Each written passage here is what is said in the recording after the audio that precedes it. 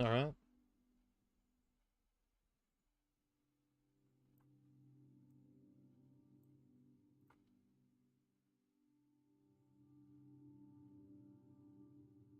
Okay. Wow. Alrighty. What is up, guys? I am back streaming yet again. Um, I decided to test out this little VTuber avatar I threw together in like 15 minutes. So, I think it's pretty cool. Um, yeah. This is awesome, I gotta say. Uh, so, um, I figured what we could do is read more My Twisted World. Does that sound cool? Yeah? Hold on a second. Just gotta take care of something real quick.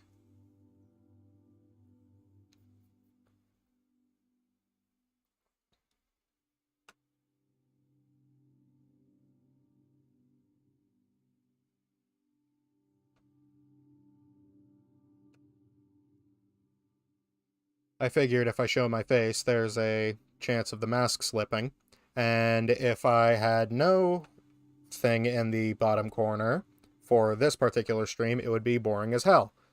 So, what I figured I would do is meet you halfway with an avatar. I think it looks pretty cool. I like it. But yeah. Oh man, I love this thing. Okay, I might just use this from now on.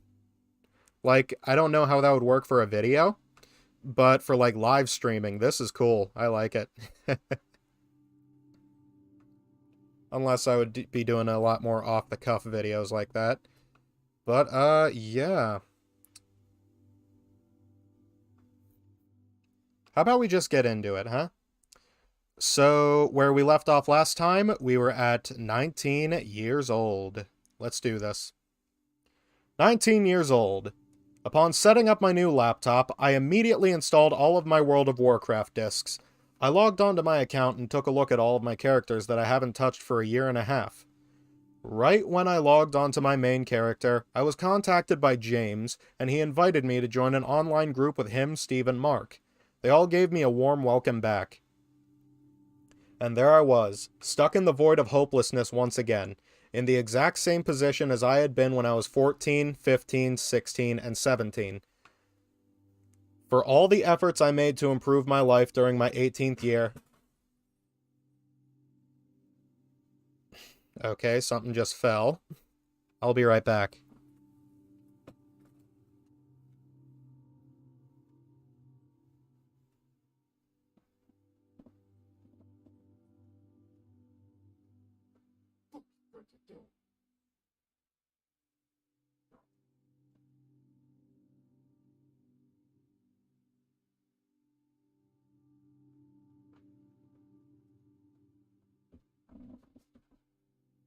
I swear to God. Yeah, just seems my dogs are completely incapable of walking 5 feet without knocking something over. So yeah, is what it is. Anyway, where the hell was I? For all the efforts I made to improve my life during my 18th year, I had nothing to show for it. No friends, no girls, no life. I mean, yeah.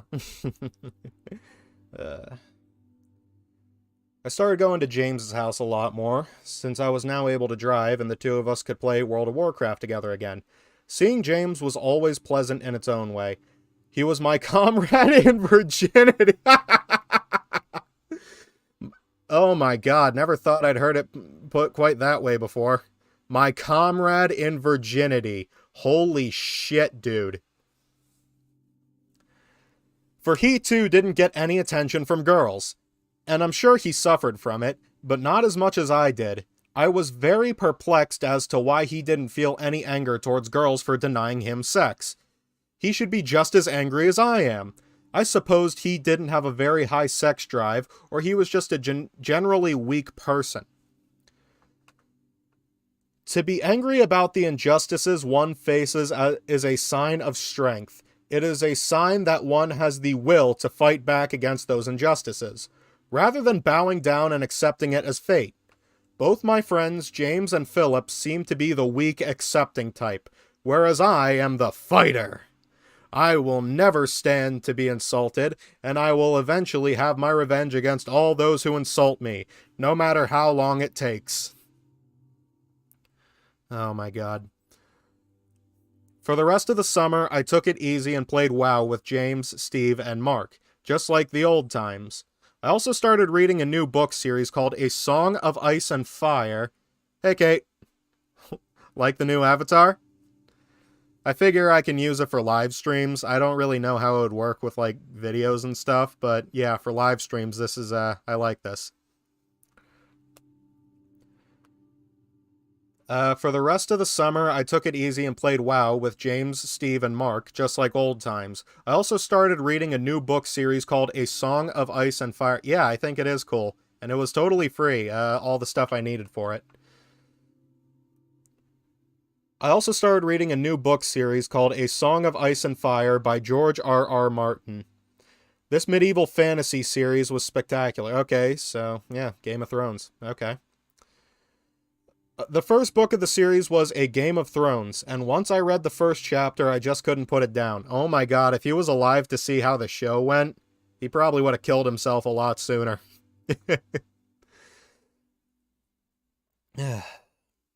It was like nothing I had ever read before. With a huge array of complex characters, a few of whom I could relate to, I found out that it was going to be adapted into an HBO television series, and I became very excited for that. Delving into fantasy stories like WoW and Game of Thrones didn't make me forget about all of my troubles in life, but they did give me a temporary and relieving sense of escape, which I needed from time to time. Life would be impossible to handle without those temporary respites. Respites, whatever.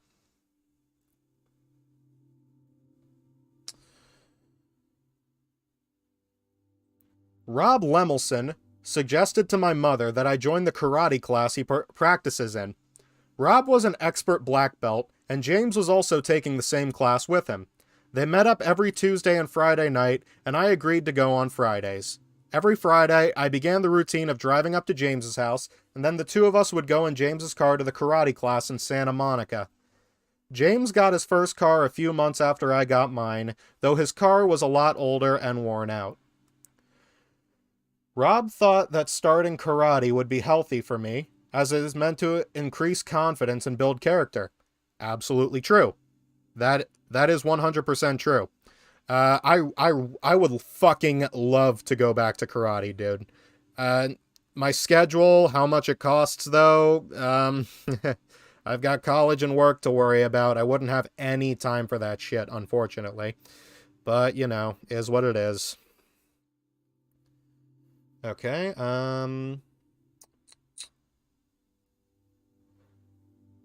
I was eager to see if I could benefit from it. The class was pleasant. It gave me a good workout and a sense of invigoration. There were usually 6 or 7 other students, and I was particularly annoyed with this one 12-year-old kid who seemed to think he was better than me because he was a brown belt and I was a novice white belt. Okay. I don't know how it works over in Santa Monica, but normally the only reason a brown belt and a white belt would ever interact was if the brown belt was a student sensei, or a senpai, if you will. So, I'm sure it wasn't that he thought he was better than Elliot, and it's more along the lines of he was trying to teach him something, and Elliot just couldn't take orders. His ego wouldn't let him take orders from somebody around his age range. So that might have been it. I mean, we can understand that Elliot isn't exactly the most reliable narrator, because there's a few things where he's definitely embellishing to make himself look like a more sympathetic person, and a lot of it's flat out bullshit. But yeah, so take from that what you will, but I don't think it went how he said it went, is my main point here. Okay, I'm just noticing the hair physics. That's cool. Okay. I bet he thought that he could beat me in a fight because of it. Ha! No chance in that. Every chance in that, Elliot. He was a brown belt. You're a white belt. He was doing it for fucking years. And it's shown later, when you start college, that you get your ass handed to you more than once. Spoiler alert. So yes, he could have stomped your ass out right there if he honestly wanted to. Let's check the ego a bit. It was annoying, but I was amused at the same time. After the karate class, Rob would take us out to a nice restaurant for dinner if he had time. If Rob was busy that night, James and I would go to our usual dinner place in the Palisades, and then we would go back to his house to hang out for a while. That's what I remember from my short time at karate. Yeah. My new semester at Moore Park College began. I only managed to sign up for one class, but I promised my mother that I would do at least 3 classes in the next semester. Both of my grandmas offered to send me money to help me out with living expenses, and I wisely saved every check I received from them. Okay, so I'd imagine it's a grandmother from both his mother's and his father's side. Okay. Unless he has lesbian grandmothers and is only dropping this right now, which I doubt. So, yeah.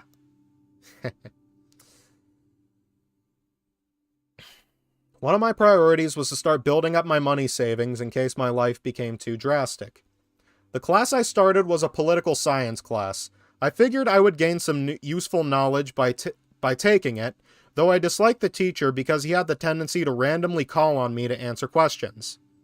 What, you mean like every teacher ever? I was still terrified of speaking in front of the class, even if it was for one sentence. My social anxiety has always made my life so difficult, and no one ever understood it. I hated how everyone else seemed to have no anxiety at all. I was like a cripple compared to them. Their lives must be so much easier. Thankfully, there were no couples in this class, but I still had to see them when I walked through the school. The only thing I could do was keep my head down and pretend they didn't exist. I still cried on the drive home every day. Jesus Christ, dude. How is he so close from the answer? How is he so close to the answer, and yet he never seems to get to it? It's crazy. Grandma Jinx came to visit the United States in October, where she stayed at Father's house. This presented a difficult situation. She of course wanted to see me, her eldest grandson, but I wasn't on speaking terms with my father and Sumaya. I was very resentful of my father for the way he treated me during that last incident, and I will never forgive him for it. My father effectively abandoned me at one of my most crucial points in my life. Though in fact, he was never really present in my life to abandon me in the first... What? That is bullshit, okay? That is complete bullshit. Like, he's right now contradicting what he wrote for his entire childhood just because he was pissed at his dad at the time. What the fuck, dude? You see what I mean when I say he's an unreliable narrator? Yeah.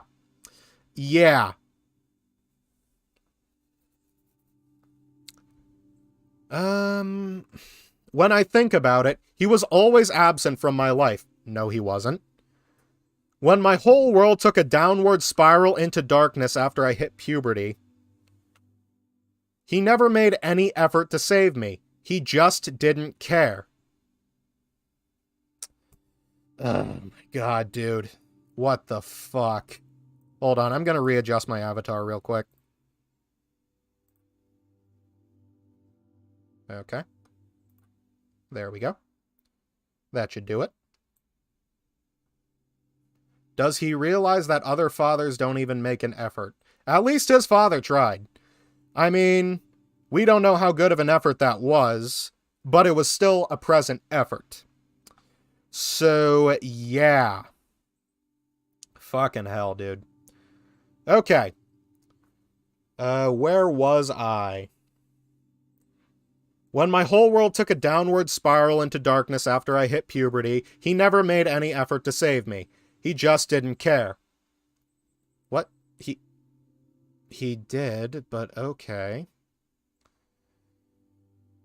I would never let what happened to me happen to a son of mine if I had a son. Though from the way things have been going, I'll never have a chance to have a son because girls don't want to have sex with me. I would make such a better father than my own father. Oh, yeah, yeah. A raging narcissist would make such a great fucking father. Bullshit. Bullshit.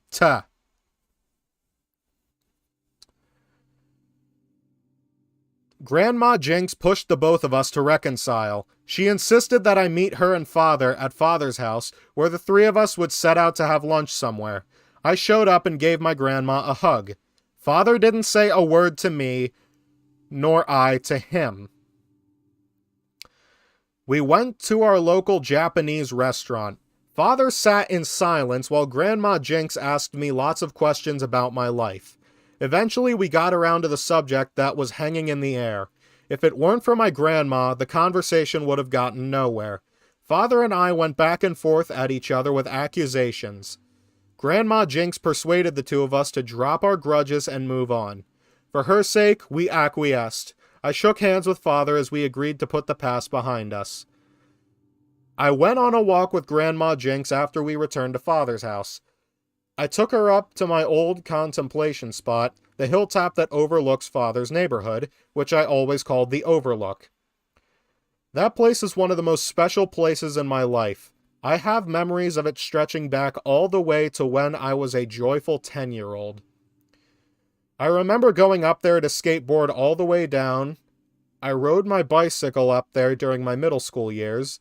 I hiked up there with Max when he was staying at Father's house as an exchange student.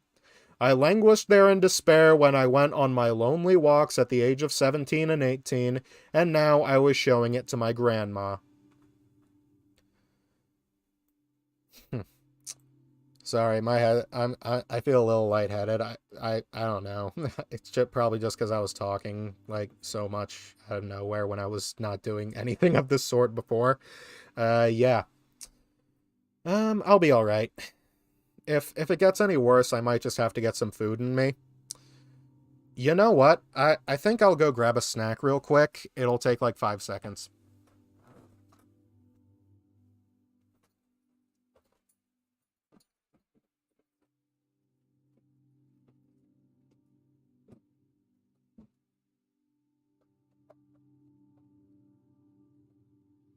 Okay, I got some Cheez-Its, so, oh my god, wouldn't it be funny as if I'm chewing?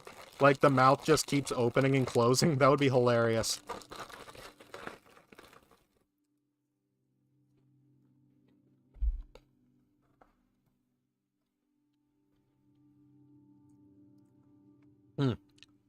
That is good.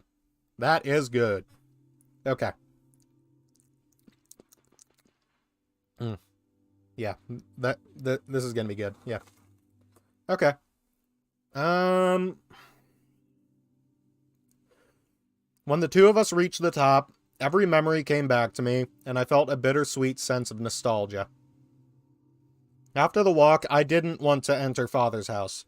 Sumaya was in there, and I hadn't seen her since that dreadful day when she made Father throw me out. Okay. Maybe the Cheez-Its weren't the best idea because they're like really savory. And I can feel my mouth watering, and that's probably going to trip me up a hell of a lot more. Screw it. Oh my god, dude.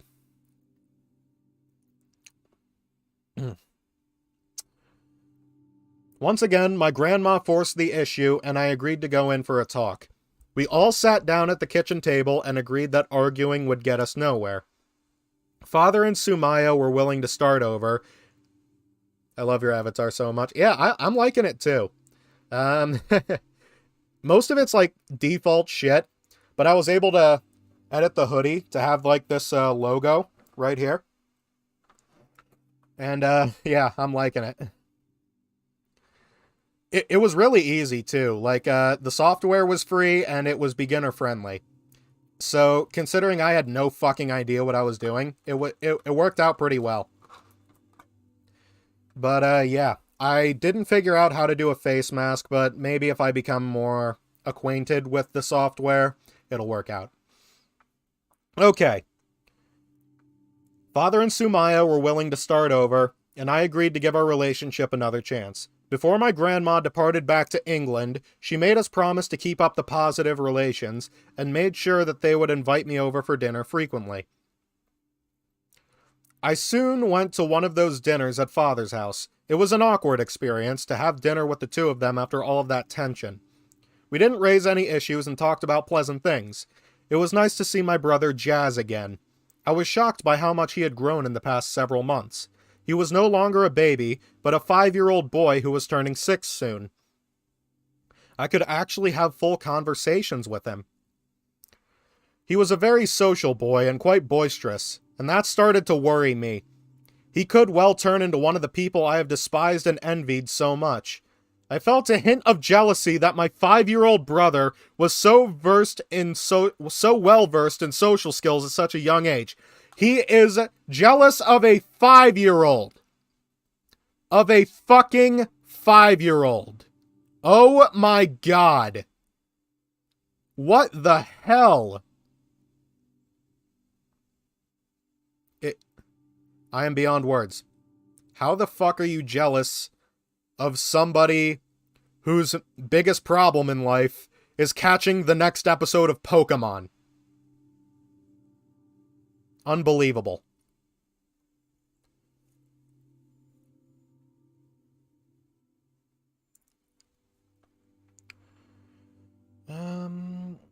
I always suffered from shyness and social anxiety, but Jazz didn't seem to have that problem. I put that worry at the back of my mind. He was my brother, and he really looked up to me. He was one of the few people who treated me the way I want to be treated, with respect and adoration. I enjoyed spending time with the boy. As I got more used to having a car of my own to drive, I frequently went on what I called night drives around my mother's neighborhood. They almost replaced the long walks I used to take in the afternoons. Staying in my room all the time only increased my depression. It was suffocating. To ease this suffocation, I frequently got in my car at night, turned on the radio, and went on a drive with no particular destination. The song 2 is Better Than 1 always played on the radio when I went on those night drives. It made me feel sad, though it was soothing at the same time. That song will always remind me of the loneliness I felt during those experiences. I don't really know the song, but I'll look it up after, I guess. It would have helped if he mentioned an artist, but, you know, whatever. I soon learned the hard way to not go on night drives on Fridays and Saturdays. That was when teenagers were out and about. Even in the peaceful residential neighborhood that my mother lived in, I frequently saw bands of teenagers roaming the streets. They were high schoolers, younger than me, mostly skateboarder punks or football jocks who had pretty girls beside them. The sight of them enraged me to no end. It reminded me of the life I missed out on. They were probably on their way to some house party where they will get drunk and have sex and do all sorts of fun, pleasurable things that I have never had the chance to do. Damn them all! Yes, because every single house party, Jesus Christ. Because every single house party, always, without fail, turns into a fucking orgy. Yes, sound thinking, Elliot. My autumn semester at Moore Park College flashed by like a subtle lightning bolt. It was as if it didn't even exist in my life. Moore Park College was supposed to be a place of hope for me, but it turned into a place of despair. Just like everything else. I was invisible there. Nobody knew I existed or cared who I was. At least this time I finished a class. The day of my final exam was December 7th, which was also the day the new expansion of World of Warcraft was released, called Cataclysm. I completed my final exam with ease, and thus I completed my first college class, in which I received a grade of a B. Afterwards, I rushed to Best Buy to purchase the new game. With new World of Warcraft expansions, some of those old feelings that I felt when I first played the new God damn it! I knew this was gonna happen. Some of those old feelings that I felt when I first played the game came back to me, and I wanted that feeling again. There. It was comforting, and the sense of comfort, okay, that was a typo on his end. And the sense of comfort was something I needed to cushion myself with. I also knew that I would beat James, Steve, and Mark to the next high level cap. I supposed it would provide a small sense of competitive satisfaction. Getting a character to the highest level the fastest was the only part of the game that I was truly good at. But I suppose that was due to the massive amounts of free time I had at my disposal. Sounds nice. Since my college class was over and it was winter break, I could literally play the game for every waking minute. Yeah, great idea. And so I did. My last stint in the World of Warcraft was an intense one. I reached the new level cap in less than 2 days, and once I was there, I repeatedly took pleasure in killing James's, Steve's, and Mark's characters as they tried to level up, as a petty form of revenge for them leaving me out of their group meetings years ago. My god, he held on to that. This motherfucker holds grudges like it's nothing. Get over it, dude. And because I was jealous that Steve and Mark were more skilled at the game than I was. Being a higher level for those few days gave me the advantage I needed to even the score. But I digress. Oh my god, what is this, Chris Chan now? But I digress. My god. After 2 weeks of playing World of Warcraft non-stop, I once again came to the abrupt decision to quit. The new expansion was a major disappointment. Blizzard Entertainment, the creators of the game, made changes that I believe ruined everything that was fun about it. I won't get into details, as most of the people reading this won't understand complicated video game terms anyway. Okay, whatever. I'm indifferent. But that was only a small part of the reason why I quit. The main reason was the disturbing new player base. The game got bigger with every new expansion that was released, and as it got bigger, it brought a vast amount of new players. I noticed that more and more normal people who had active and pleasurable social lives were starting to play the game, as the new changes catered to such a crowd. WoW no longer became a sanctuary where I could hide from the evils of the world, because the evils of the world had now followed me there.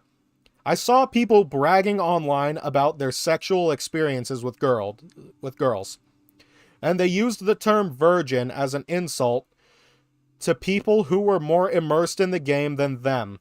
The insult stung because it was true. Us virgins did tend to get more immersed in such things because their real lives were lacking.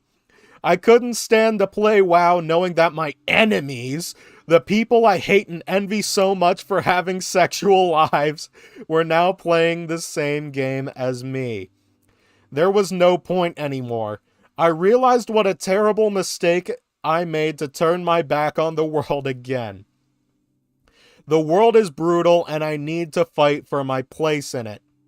My life was at a crucial turning point and I couldn't waste any more precious time. Oh my god.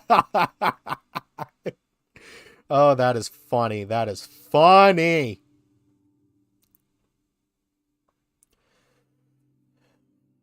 At the Lemelsons' Christmas party, I told James that I was quitting WoW again. He told me he suspected I would very soon. It was just a matter of time. Even though playing with me over the internet, he could detect my anger and rage towards the world seeping through the computer screen. I questioned him about why he himself could go on living without feeling any sort of anger or resentment about his circumstances, which were similar to mine. He was, after all, a 19-year-old virgin just like I was. He just casually told me that he didn't pay attention to it and focused on his strengths. Based as fuck. Based as fuck. Fucking Chad. What strengths do I have to focus on, I wondered. The world views me as a weakling. Perhaps I needed to prove the world wrong. On Christmas Day, Father held a huge Christmas party at his house. I was invited since I was back on speaking terms with them. I got a few new shirts for Christmas, so I decided to wear one for the occasion. I hadn't seen any of Father's friends for a while, and it was nice to reunite with them. The Bubenheims weren't there. Father had recently gotten into a fight with Alex, abruptly ending their friendship. I suppose it was for the best. If Leo was at that party, I would have probably gotten into a nasty fight with him. My hatred of Leo was so volatile that I wanted to confront him. I wanted to hurt him. I couldn't let him get away with the insults he dealt towards me in the past. Oh my god. He is just incapable of letting shit go. It's insane. It's no wonder that he was a virgin for so long. 1, he never had the balls to go up to anybody. 2, he had such a shitty personality. It's no fucking wonder.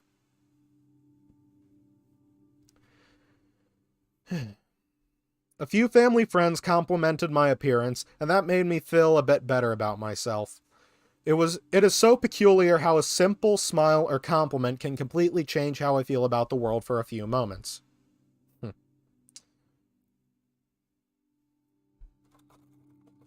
More Cheez-Its before I continue.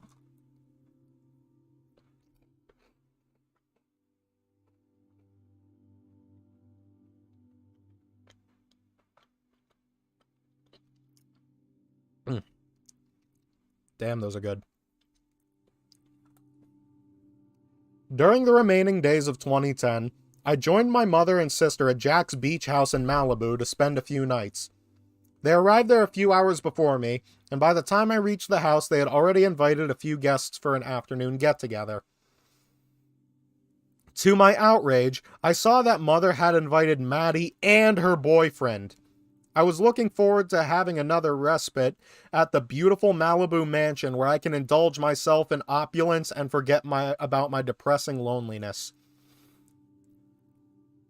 Having a young couple lurking around only reminded me of my insignificance.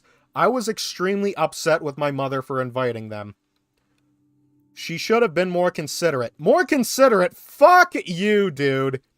She was considerate by inviting the boyfriend. Not everything revolves around you, Elliot. If only I had a girlfriend of my own to take to that place. Okay, so it would only be okay if you did it, huh? But anyone else? Fuck them. No, this is all about Elliot. Fuck you. Fuck you, Elliot. That beach house is the perfect place to take a girlfriend to. It had a swimming pool and a jacuzzi. It was located on a private beach where we could walk arm in arm, and it even had a private movie theater. Such an opportunity wasted. All because no girl would give me a chance. Instead, I was all alone, and I had to see another couple watch movies together in that very theater. Thankfully, that couple only stayed for a few hours. Mother invited a few more guests, and we ordered our dinner to be delivered from a local restaurant. By the time dinner arrived, I had already consumed 3 glasses of wine, and I had a 4th glass with the meal.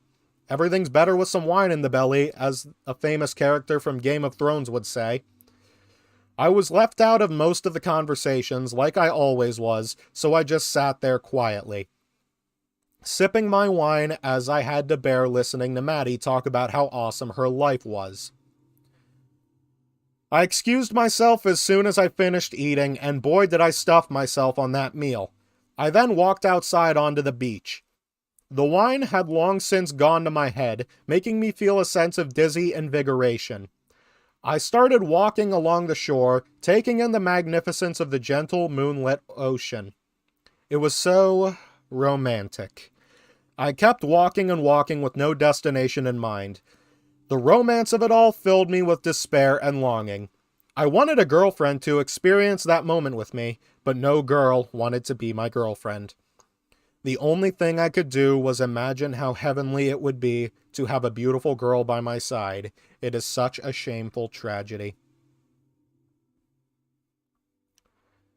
I ended up walking for 2 hours, and at the end of it I was crying to myself because I felt so sad. When I returned to the house, Maddie and her boyfriend had left, and so did most of the guests.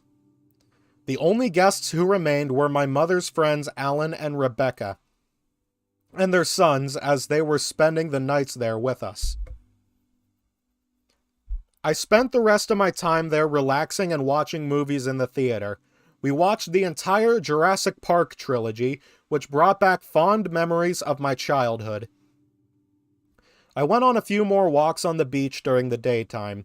That beach was always quiet and peaceful, since the only people who visited it were those who lived in homes on the beach. I took full advantage of this. I've always found beaches to be truly beautiful, but I could never go to public beaches since they are full of young couples walking around in their revealing bathing suits, the sight of which fills me with envious rage. On the private beach, I can enjoy the serenity of the environment without having to worry about young couples making me jealous. There were no young couples, only a few families and old couples here and there. I did, however, pass by one young girl, and she was like a goddess who came down from heaven. She was walking alone in her bathing suit, with her luscious blonde hair blowing in the wind. I couldn't help but slyly admire her beauty as we passed by each other. I was scared. I was scared that she might view me as nothing but an inferior insect whose presence ruins her atmosphere. Her beauty was intoxicating. And then, just as we passed each other, she actually looked at me. She looked at me and smiled. Most girls never deigned to look at me, but this one actually looked at me and smiled. I had never felt so euphoric in my life. One smile was all it took to brighten my entire day. The power that beautiful women have is unbelievable. They can temporarily turn a desperate boy's whole world around by just smiling. And he did nothing with that chance that was handed to him on a silver platter. Sure, I'm not saying be a fucking creepy guy, but he could have said hello. He could have started a conversation, and he could have gotten somewhere, if that was honestly the case. But something tells me he's being an unreliable narrator again, and he was probably leering at her like a creepy fuck, and she was probably only smiling to be nice. But if it was as it went in Elliot's head, that was his chance, and he didn't fucking take it, because he's too socially retarded to do it. Fucking moron. Oh my god.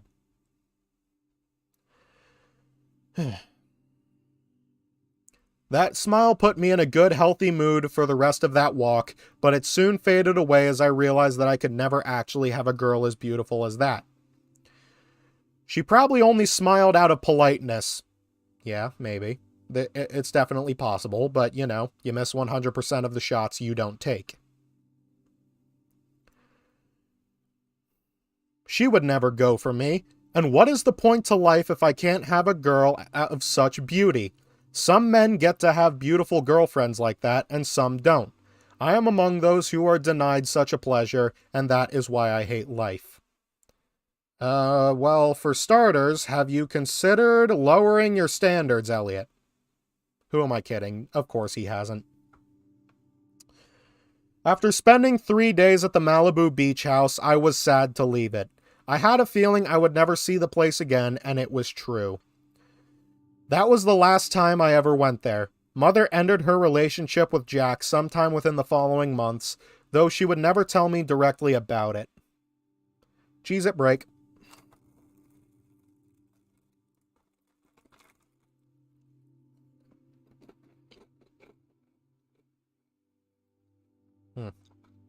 These Cheddar Jack ones are so good. But here's the problem. On the box, it looks like it has the salt crystals. It doesn't. That's bullshit. The salt crystals are part of what make them so damn good. They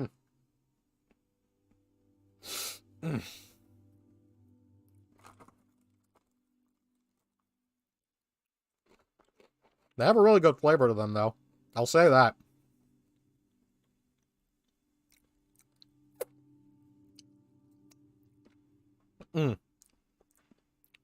God damn, I need more of these. I spent New Year's Eve alone and miserable, just like the previous year. And the year before that, for that matter. It was the last day my WoW account was active, and I logged on to WoW just for that occasion. I angrily had arguments with random people online who I saw bragging about their girlfriends. I spewed out all of my hatred towards them, but they were only amused. Well, yeah, if some fucking autist starts reeing at them like an autistic 4chan dweller about how they're mad about not having a girlfriend, of course, that's only going to lead to you being made fun of instead of them taking it personally, because unlike you, Elliot, they're actually... Well, I wouldn't want to speak for all of them, but I'd say a good chunk of them are actually well-adjusted. It was a very aggravating experience, and it made me glad that I canceled my WoW account. There was nowhere I could hide anymore. Time was ticking, and a new year was just beginning. I concluded that I had to put more effort into making better use of my time. I made a vow on New Year's Day that I wouldn't masturbate until I did something to successfully get one step further in life. Having a high sex drive, I usually masturbated at least every other day. I always fantasized about sex. And the fact that I was unable to have sex made me more obsessed with it. To stop masturbating for more than 3 days was a big deal. I lasted 7 days. On the 7th day, my sexual urges became too overwhelming. My whole body was enveloped in it. I thought about girls every single second, and not having a girl to have sex with was unbearable. I could not even function anymore, so I had to break my commitment. The masturbation session I had after that 7-day dry spell was astounding. I did my usual fantasizing about having sex with a beautiful, tall, blonde-haired girl. Yeah, he definitely has a type. But this time I intensified it a lot, and made up a whole story in my mind just to make the experience seem more real. If only it could be real. Some men get to live that fantasy, whereas I could only dream of it. Life is not fair. Congrats, you noticed. I finished the 4th book of the Song of Ice and Fire series. The television adaptation, Game of Thrones, was coming out in just a few months, and I was really looking forward to that. I was also looking forward to the 5th book of the series, which had a release date of July 12th. After finishing all 4 books, I had become a huge fan of the series. It depicted a much more exciting world than the one I lived in, with a large array of complex characters, a few of whom I could really relate to. As I was reading up about the release date for the 5th book, I found an online countdown that showed each day, hour, and minute, and second, that remained until July 12th. Since July 12th was so close to my 20th birthday, I used this countdown as the official countdown of my last days as a teenager. I made it my internet homepage and hoped that it would motivate me to do everything I can to change my life during this crucial period. Since I was back in Father's good graces, my mother agreed to meet with him and talk to him and me to talk about my life situation. We had dinner at a Japanese restaurant where we had a long talk about what I was doing in my life. Oh my god. You know, I could fuck up some sashimi right now. Some ramen, but some good ramen, because the ramen place I know of near me kind of sucks. I have to go like an hour away to get some good ramen. But yeah, that would be good right now, but I really don't feel like driving that much.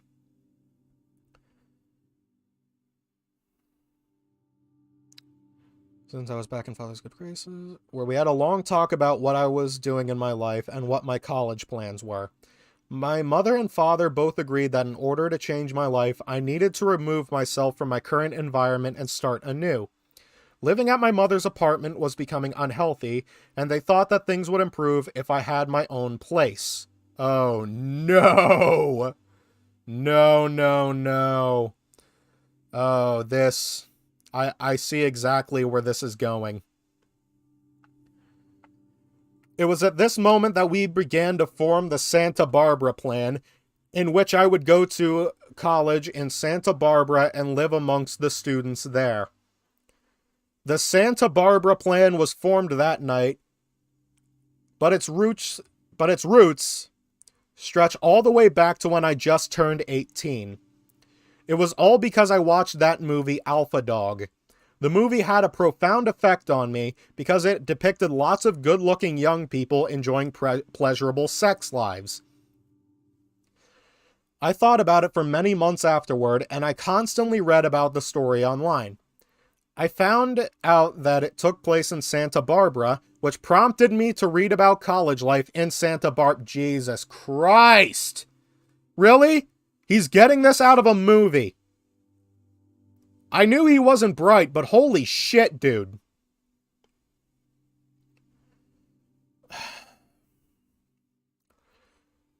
I found out about Isla Vista, the small town adjacent to UCSB, where all of the college students live and have parties. Oh boy, it's all coming together, folks.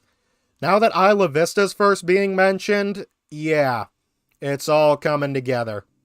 This anime is ramping up to the main point.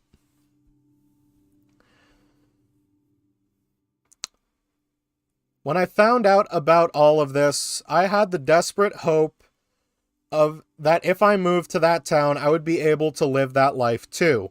That was the life I wanted. A life of pleasure and sex.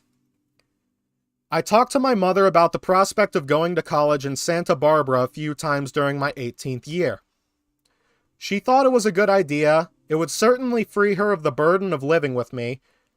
Oh, okay. But we never seriously considered it until that day. My mother proposed the plan to Father, and Father became very enthusiastic about it. We laid down the groundwork right then and there.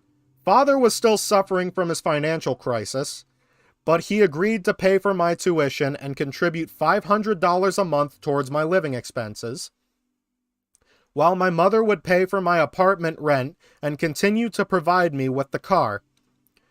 I was to do one more semester at Moorpark for the time being, and then transfer to Santa Barbara City College in the summer.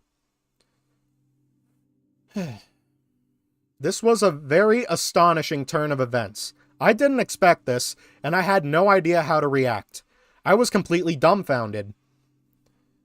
I thought it was just going to be a casual dinner meeting where we would simply talk about my life, and we ended up making plans to drastically change my life. At that period of my life, I was on the verge of giving up all hope that I would ever live the life I want. Alright, I gotta head out. I see you later. Okay, see you, Kate.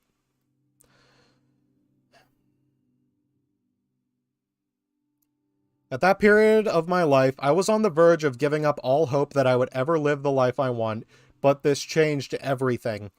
I now had the opportunity to start fresh in a beautiful new town at a new college with my own living place.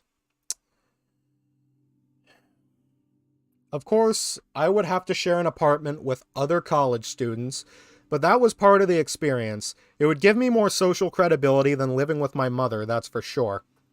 Deep down, I always wanted an opportunity like this, and now I had one, just at the time when I was about to give up on everything completely. It was very overwhelming, and I needed a few days to meditate and take it all in. It was such an unbelievable turn of events that I dismissed it from my mind in the following 2 months.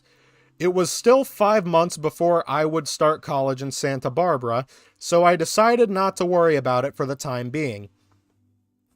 At the present, I had to worry about my new semester at Moorpark that was just beginning. I registered to take 3 classes for the spring semester at Moorpark. The first was an early morning history class, followed by sociology and then psychology. They were all just as disastrous as I'd expected them to be. I had to drop the sociology class right on the first day because there was this extremely hot blonde girl who took the class with her brute of a boyfriend. Oh, great. I couldn't stand looking at them sitting together. I left the class mid-session because I couldn't take it anymore. Imagine, you're just trying to pay attention and then you hear this fucking retard seething in the back, and then all of a sudden, he just slams down on the fucking table and starts stomping away in a hissy fit, and just fucking leaves and slams the door behind him, and you're wondering what the fuck just happened because it happened out of nowhere. That would be hilarious. Oh my god. Dropping my sociology class left me with a huge gap of time in between my history and psychology classes. During this time, I usually went to a quiet, secluded spot that had a few tables overlooking the view of the mountains. I spent a lot of time there writing in my diary and contemplating my place in the world. My 2 remaining classes were not much better. In my history class, I had a crush on a really pretty girl, only to find out that she had a boyfriend, and in my psychology class, there was this group of popular kids who acted obnoxious the whole time. Yeah, I know what that's like.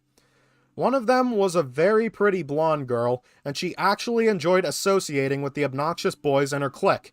The injustice! I hated them all. Everyone treated me like I was invisible. No one reached out to me. No one knew I existed. I was a ghost. It was agony, but I couldn't drop all of my classes. I already felt guilty about dropping one of them, and I was afraid that my parents would somehow find out. I skipped class a lot, only going in for important lectures and tests. I spent a lot of the time at my usual secluded area at the college. As I spent a lot of time contemplating, I realized that my life was repeating itself in a vicious cycle of torment and injustice. Each new semester of college yielded the same lonely celibate life, devoid of girls or any social interaction. It was as if there was a curse of misfortune placed upon me. I wondered what the point was in attempting to start a new life in Santa Barbara.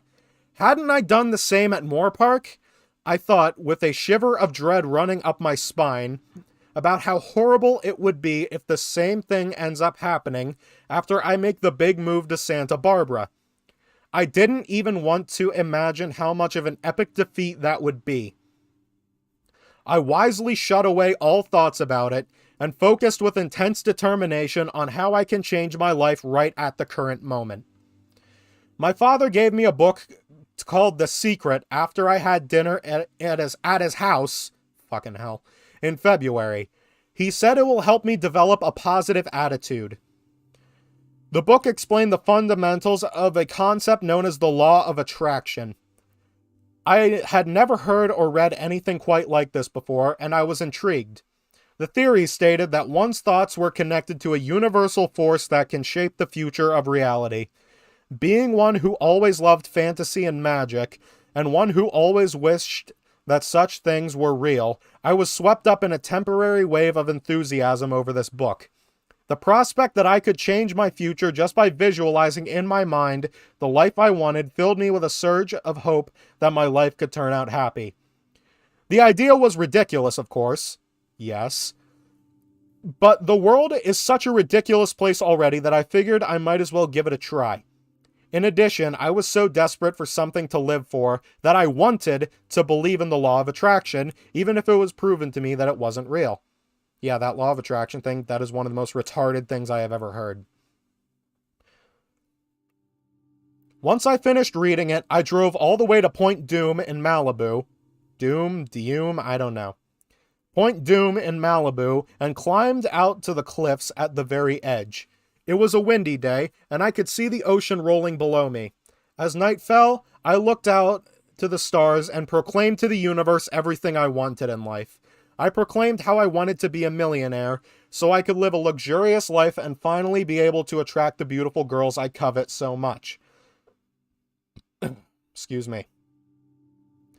I wished to make up for the years of youth that I wasted in bleak loneliness, and by doing so, I would get revenge on everyone who thought they were better than me, just by becoming better than them through the accumulation of wealth. Oh, okay, the money makes the world go around mindset. Yeah, dumbass.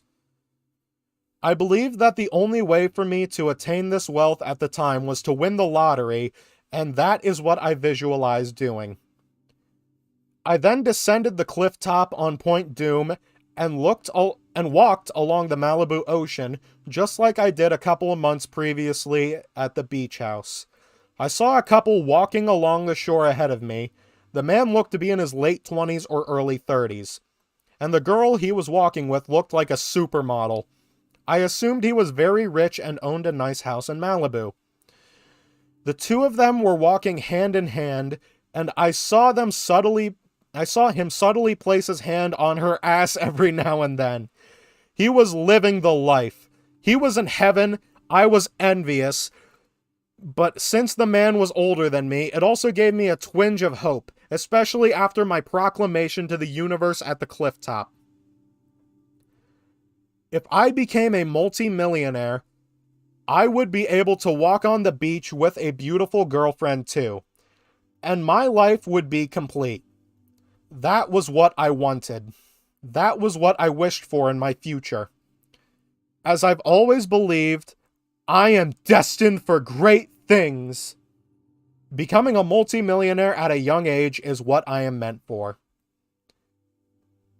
My faith was soon broken, as I bought a few Mega Millions lottery tickets and visualized myself being the winner. I usually visualized it by meditating on the rooftop of my mother's apartment right at the time of the drawing. A part of me knew it was impossible to will the universe to make me the winner just by wishing for it on a rooftop, but I was so desperate that I wanted to believe I could. I wanted to believe that I had the power to do it. After failing to win when the jackpot reset because someone else won, I lost all faith in that book, and I almost ripped it apart in frustration. I desperately pondered if there was some other way I could make millions of dollars at my age, but I came up with nothing.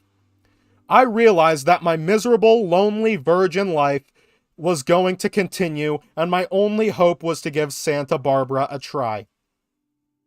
I was still attending karate class with James and Rob Lemelson every week. Most of the time, Rob couldn't make it because he was busy with something, so it was mostly just James and I going together. It was a pleasant Friday night tradition that had lasted for the last several months, and I enjoyed the chance it gave to hang out with James and have some form of social interaction. But lately, things were starting to get tense. I was constantly annoyed at how I wasn't getting better at my karate moves in the class, and that one little kid still treated me with disrespect because I was still a white belt, and he was a brown belt. I was also frustrated at how James was so much physically stronger than I was, and how he was so much more skilled at karate than me. During sparring sessions, the deep anger inside of me had accumulated over a life of pain and injustice would sometimes come out, and I used my anger to give me an advantage when I sparred with James and the other students. The karate teachers didn't like this, and I was criticized. I found the anger to be quite euphoric when I used it to fight, and I enjoyed it in a bittersweet way. After our karate session, when me and James went to a restaurant in the Palisades to have dinner, I sometimes got very angry when I saw a group of teenagers or a teenage couple. I told him about how I wished I could make them all suffer. We had a lot of conversations about what we would do if we had all the power in the world, and I told him about all of the torturous acts of revenge I would carry out against all of those who have insulted me or lived a better life than me. I thought that James would relate to me, since he was also a virgin who had no girls in his life, but some of the things I said began to disturb him. Gee, I can't fucking imagine why at all! Dumbass! You're talking about torturing people for the slightest inconvenience. I wonder why he would be disturbed. One night he told me with a lot of distress that enough was enough. He didn't want to hear it anymore. That was also the night that I decided to quit the karate class. I didn't speak to James until the two of us attended Rob Lemelson's birthday party in late spring. It was celebrated at a very upper-class restaurant in Los Angeles, and the Lemelson family rented a private room with 7 tables for the occasion. The food was absolutely delicious, and the wine was exquisite. Each bottle was from 1985, and probably worth over $1,000 each. I was seated next to James at the young person's table, and at that table I ran into none other than Julian Ritz Barr. I hadn't seen him since we were hanging out together with Charlie, John Joe, and Elijah. That was 7 years ago. The oaf didn't even remember who I was. I found out that his father was good friends with Rob. When I mentioned him earlier in the story, I talked about how much I would envy him, and this was the night when that happened. There were a few girls at our table, daughters of Rob's friends. One of them was pretty, and she was the daughter of Pietro Scalia, a renowned film editor. She had very sexy eyes, and she was tall. I always had a thing for tall girls, and this one was almost taller than me. I had to suffer watching Julian sweet-talk all of the girls. He acted so confidently, and the way the pretty girl looked at him with those sexy eyes of hers, that was a look that no girl ever gave me. I could tell that she was attracted to him. I became more enraged with each second I had to suffer through this. The girls treated me like I was invisible, but they all paid attention to Julian. What made it worse was that Julian was a year younger than me, and he acted like an obnoxious prick, but the girls liked it. The more enraged I became, the more wine I drank. James was probably worried about how angry I was getting, and he tried to strike up random conversations with me to distract me from Julian. It was very hard to help myself from getting up and dumping my wine all over Julian's stupid head. Perhaps I would have, if the birthday cake wasn't presented so early. Everyone stood up to sing happy birthday to Rob, and then the meal was over. I had consumed 8 glasses of that 1985 wine. I was underage, but no one seemed to notice me drinking. I was literally stumbling out of the restaurant. Hold on. Ooh, man, I am lightheaded right now. I don't know, it's because I haven't eaten anything except these fucking Cheez-Its. But yeah, it's probably that and a combination of me talking so much. I don't know.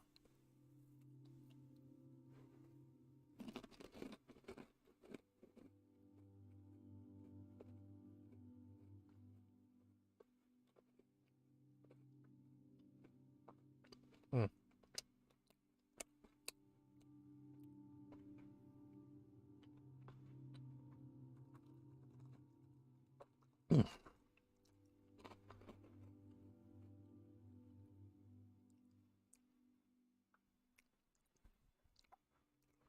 I'm good. I'm good, y'all.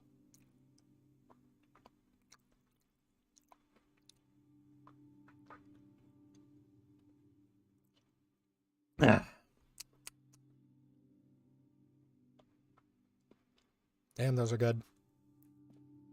I should get some actual food in me soon, but yeah. Once I get to another header, I'll end this. I saw James again a couple of weeks later, and that would be the last time I see him for quite a while. It was at another dinner party of Rob's that he held at his house in the Palisades, though for no special occasion. This time, another person who was a target of my extreme jealousy was there. His name was Roy, an Indonesian boy who was the son of Rob's housemaid. He was 4 years younger than me and James, and he took pleasure in bragging to us about his success with girls. Nope, okay, hold on. Ugh. He kept showing us pictures of his supposed texting conversations with girls. James didn't seem to mind it, to my outraged surprise. I, on the other hand, could barely tolerate the insolent little worm. At the party, James and I frequently went outside to have conversations about our fantasies. I wisely refrained from getting too extreme in what I said, but we came up with some interesting scenarios. For instance, we talked about what we would do if we discovered that we had certain magical powers. And it would escalate to us coming up with our own stories of the glory we would attain in such a situation. I talked about how I would use my powers to rule the world and set everything right, and James had similar ideas as well. We seemed to be getting along quite well, but after that night, James would refuse to contact me for a couple of months. The first episode of my favorite television series of all time, Game of Thrones, was released in April. I watched it with profound excitement, being a fan of the books. This was a very anticipated event for me, Seeing all of the characters that I knew so well on the television screen was spectacular. The show exceeded all of my expectations. Each week I looked forward to the next episode, and each episode gave me a small hint of joy in my otherwise bleak life. This was obviously before the final season, but yeah. Towards the end of my spring semester at Moorpark, I was so frustrated with my lonely status at the college that I refused to even drive up there in the last few weeks.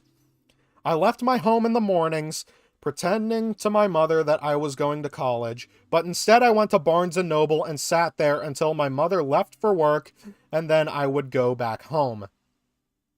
I made sure to stay at Barnes & Noble for at least 2 hours, just in case my mother left later than usual.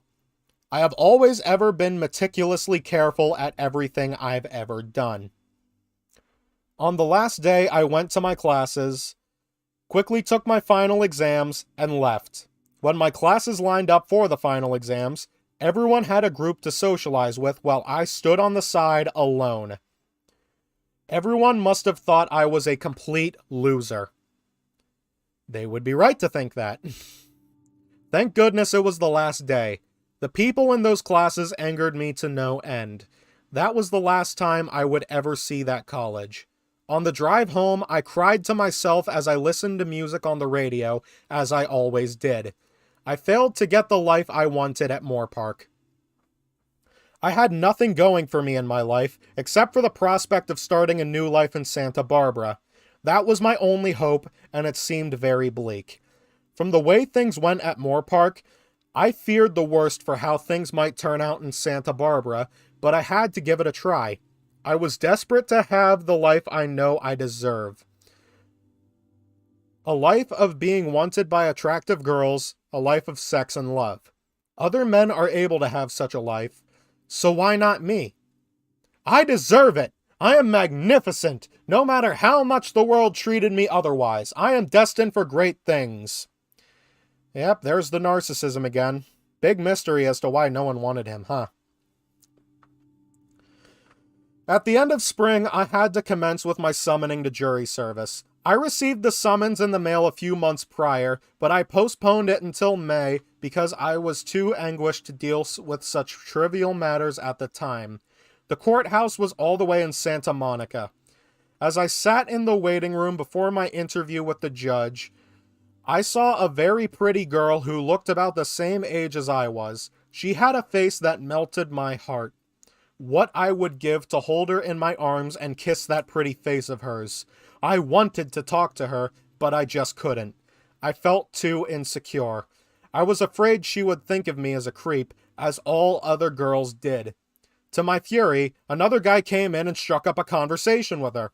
They started talking comfortably, and he even made her laugh. I had to watch it all, and it broke my heart. I wanted to get out of there as soon as I could. I hoped that I could make an excuse to avoid having to do jury service. When I was called in for the interview, I requested to be excused due to the fact that I was moving to Santa Barbara soon. To my relief, the judge told me I can go and wished me good luck. As I drove out of the courthouse parking lot, I saw the same pretty girl. She must have been excused as well. Again, I wished I could have said something to her.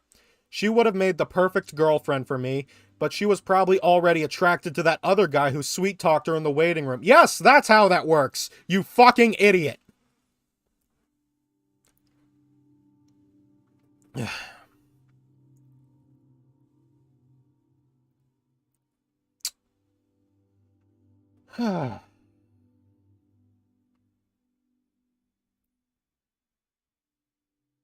Damn him.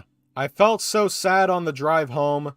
When I passed by the Palisades, I stopped by a park that I used to play at with James when the two of us were little. I walked around for a bit and took a ride on the swing, reminiscing about happier times.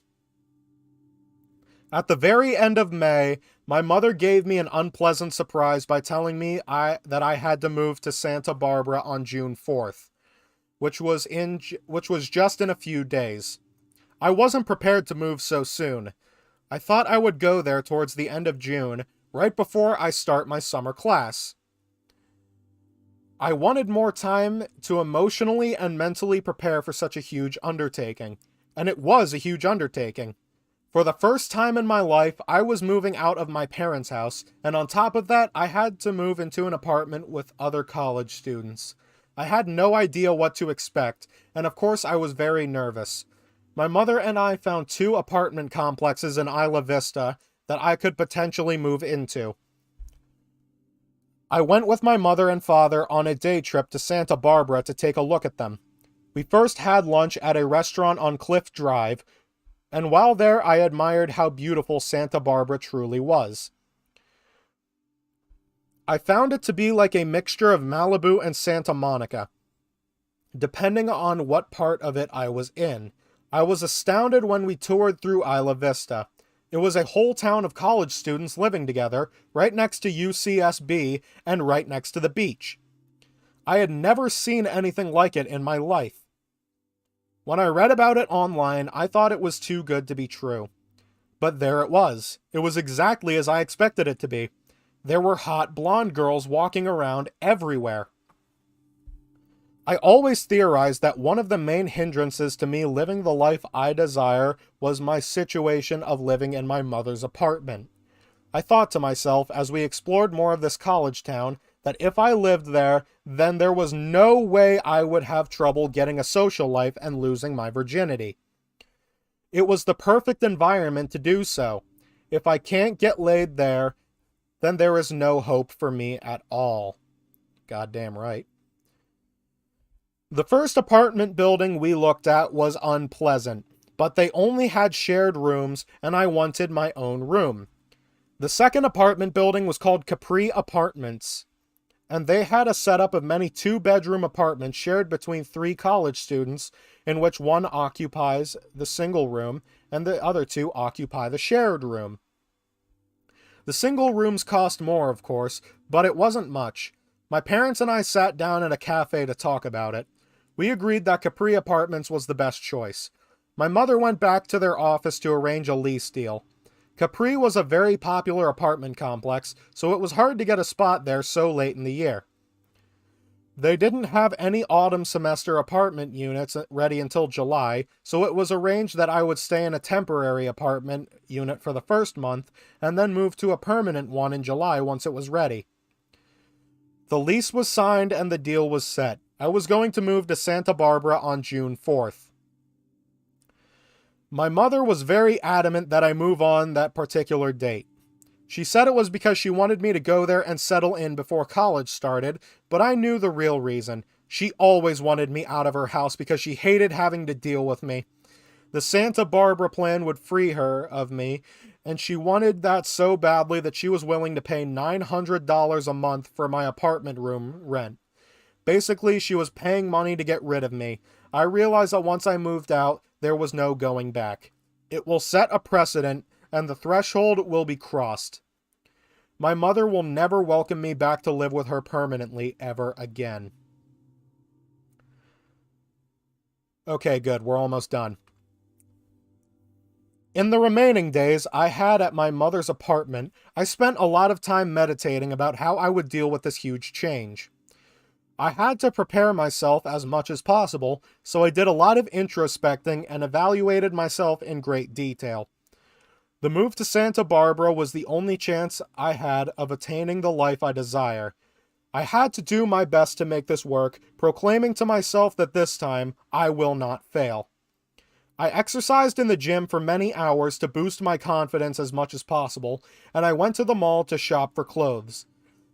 Last Christmas, I got a few gift cards for Macy's, and I spent them all on a few shirts that I thought I would look good in, as well as new shoes.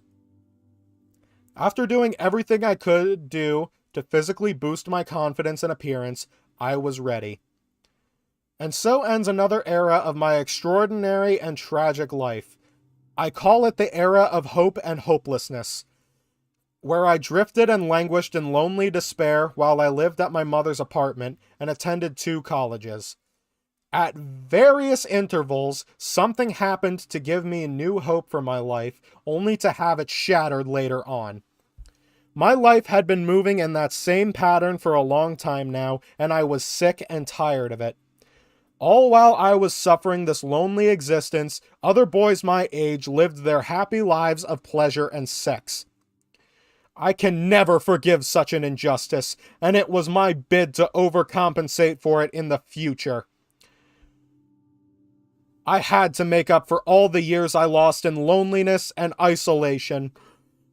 Through no fault of my own. Through no fault of your own? How fucking delusional is this guy? It was society's fault for rejecting me. It was women's fault for refusing to have sex with me. Yep, when in doubt, blame everyone else. That's the easier way to go about it. Gotta blame somebody, otherwise it's all your fault, huh? Can't have that, can ya? Then you would have to actually look at your own situation and find out how to better yourself. And that's too much work, isn't it, Elliot? The move to Santa Barbara is the endgame, the ultimate climax of everything. I saw it as a new chance that was given to me to finally have the things I want in life. Love, sex, friends, fun, acceptance, a chance that was given to me to a sense of belonging. God damn it. Love, sex, friends, fun, acceptance, a sense of belonging. But I could never forgive the world for denying me such things in the past. I was already turning 20 soon, and I had already lost many years of my life.